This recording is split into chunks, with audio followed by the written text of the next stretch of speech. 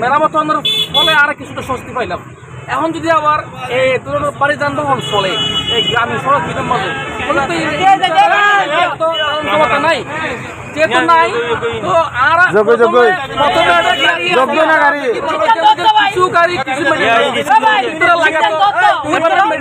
ফলে মানুষ যথেষ্ট তুলা বালি সহ এলাকার যে এই স্কুল মাদ্রাসার পঞ্চায়েত প্রশাসনের যে একটা বড় ধরনের ব্যাঘাত সৃষ্টি হয়, যে অনেক ধরনের একটা বড় ধরনের অ্যাক্সিডেন্টের সম্ভাবনা আছে যার কারণে, এবং এই রাস্তাঘাট ব্যাপকভাবে ক্ষতিগ্রস্ত।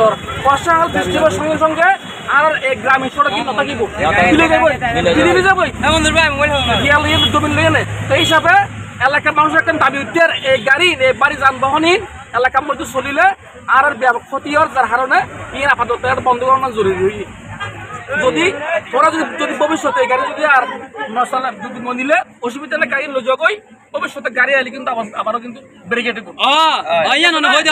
যেহেতু এলাকা মানুষের মশার এলাকা ক্ষতি করে ব্যক্তি স্বার্থ তো